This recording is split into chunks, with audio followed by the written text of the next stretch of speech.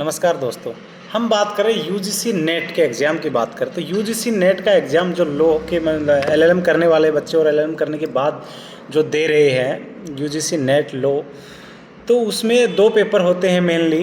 तो first paper होता है, second paper. First paper general aptitude का होता है, सेकंड पेपर सबको पता है सब्जेक्ट का होता है। तो जो फर्स्ट पेपर आपका 100 मार्क्स का होता है, जो सेकंड एग्ज़ाम है जो सब्जेक्ट बेस पे होता है वो 200 मार्क्स का होता है। तो उसमें जैसे कि क्या क्या आता है, फर्स्ट अगर मैं बात करूं तो उसमें आप मानिए कि टीचिंग एप्टीट्यूड आता है, रिसर्च एप्टीट्यूड आता है, कंप्रीहेंशन आता है, कम्युनिकेशन आता है, मैथमेटिकल रीजनिंग आता है, लॉजिकल रीजनिंग आता है, डाटा इंटरप्रिटेशन आता है। ये सब जो मेन मैंने आपको जो बताया है, पर्सनालिटी डेवलपमेंट भी है इसमें, हायर एजुकेशन सिस्टम भी है। टोटल इसमें 10 यूनिट है। जो आपका फर्स्ट पेपर है उसमें टोटल 10 यूनिट है, ठीक है। अब आपका सेकंड पेपर जो आता है, जो आपका सब्जेक्ट बेस आता है, उसमें टोटल आपके पास में 9 से 10 यूनिट है, ठीक है, 10 यूनिट है। तो उसमें सबसे पहला जो है वो जूरिस्प्रूडेंस आता है।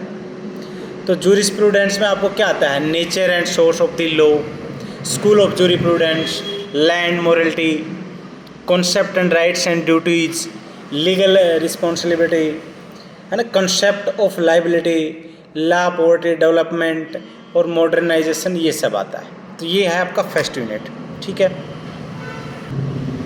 अब आप आ जाइए सेकेंड यूनिट पे। तो सेकेंड यूनिट के बाद सेकेंड यूनिट है आपकी constitutional law and administrative law से। तो कॉन्स्टिट्यूशन में आपका क्या है, जैसे कि सबसे को पता है प्रीएम्बल है, फंडामेंटल राइट है, directive principle of state policy है, फिर आपका प्रेसिडेंट और वाला सिस्टम है, तो इमरजेंसी का प्रोविज़न भी है इसमें, बिल्कुल सेपरेशन ऑफ पावर का भी है, ठीक है। अब नेचर एंड स्कोप और importance of the administration law है, principle of the natural justice है। ये आपका आ गया administration law and constitution law. 2 unit होगी। तीसरी यूनिट पे आ जाइए आप। तीसरी यूनिट है आपकी public international law and IHL यानी इंटरनेशनल ह्यूमैनिटेरियन लॉ। तो इसमें सोर्स ऑफ इंटरनेशनल लॉ के स्कोप, उसकी डेफिनेशन, ठीक है, एक्स्ट्राडिक्शन एंड असाइलम, और united nation and its organs, settlement of international territories disputes, world trade organisation और सम कन्वेंशन एंड प्रोटोकॉल्स और implementation of the IHL and what is IHL, ये सब चीज़ें। 3 यूनिट हो गया। आप चौथी यूनिट पे आ जाइए आप। चौथी यूनिट है आपकी लॉ ऑफ क्राइम से रिलेटेड। क्राइम्स में आपका CRPC आता है, IPC आता है, इंडियन एविडेंस लॉ आता है। और सिंपल से अगर बात करें तो आप में जितनी भी इसमें जो क्राइम है, जैसे crime against the women, crime against the children, crime against the human body, crime against the property, तो IPC के जो जितने चैप्टर्स वगैरह है वो सारे के सारे इसमें आप इंक्लूड कर सकते हैं। उसके बाद में आप आ जाइए 5th यूनिट पे। तो law of tort and consumer protection. तो कंज्यूमर प्रोटेक्शन एक्ट 1986 जो है वो देखिए आप, और लॉ ऑफ टोर्ट जो है वो देखिए आप।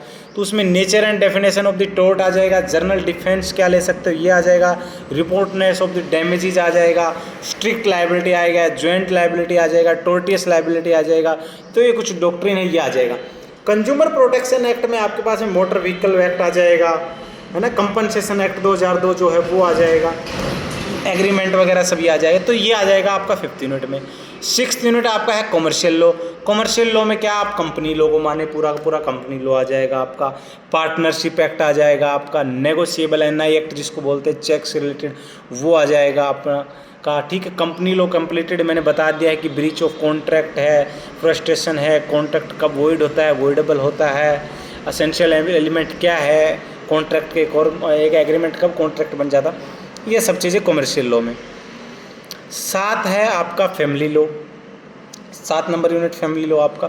उसमें source and school of the law, family law यानी Muslim law, Hindu law. Hindu law के सोर्स क्या है, स्कूल क्या है, कस्टम्स क्या है, ये सब। हिंदू मैरिज एक्ट आ गया आपका, Hindu adoption act, succession act, और सेम ये मुस्लिम लॉ में भी अप्लाई होता है। तो मुस्लिम लॉ में एडोप्शन आ गया, सक्सेशन आ गया, विल, गिफ्ट और यूनिफॉर्म सिविल कोड भी फैमिली लॉ का ही पार्ट है।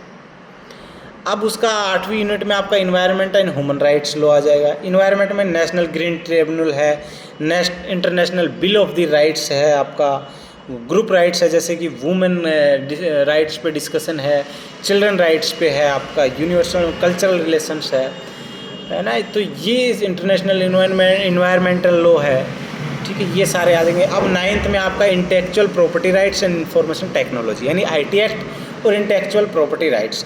तो इसमें theory of the intellectual right property आ जाएगा, ठीक है, कॉपी राइट्स आ जाएंगे आपके, एक्सेप्शन इन्फ्रिजमेंट रेमेडीज आ जाएंगे, लॉ ऑफ पेटेंट आ जाएगा आपका, लॉ ऑफ ट्रेडमार्क इसमें आ जाएगा, प्रोटेक्शन ऑफ जोग्राफिकल इंडिकेशन यानी जीआई टैग प्रोटेक्शन आ जाएगा, बायोडाइवर्सिटी एंड ट्रेडिशनल नॉलेज इसमें आता है, साइबर क्राइम्स है उसकी पेनल्टीज़ है, क्या साइबर क्राइम्स है, वो सब चीज़ें इसमें आ जाएंगी। अब आपका लास्ट यूनिट बनता है तो comparative public law and the system of the government. इसमें आपका आएगा form of the government, presidential और parliamentary, modes of the federalism, उसमें यूएसए कनाडा और इंडिया का क्या है, रूल ऑफ लॉ आएगा आपका फॉर्मल और distributive, equality before law, equal protection of the law, ठीक है, सेपरेशन ऑफ पावर आपका इंडिया में कैसे है, यूएसए में कैसे है, यूके में कैसे है, जर्मनी में कैसे है, ये आ जाएगा, इंडिपेंडेंस ऑफ द जुडिशरी आ जाएगा आपका, क्रिएटिविटी ऑफ द जुडिशरी आ जाएगा आपका, एक्टिविज्म क्या है, जुडिशरी एक्टिविज्म, जुडिशियल एक्टिविज्म क्या है, उसकी अकाउंटेबिलिटी क्या है,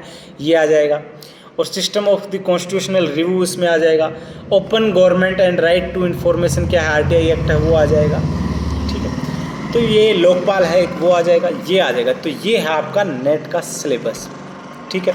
तो मैंने बताया कि फर्स्ट पेपर है, उसमें आप गिनी चुनी चीज़ें हैं जो मैथमेटिकल और रीजनिंगल बेस पे है, तो वो आपका फर्स्ट पेपर है 100 मार्क्स का, उस पर भी फोकस करें।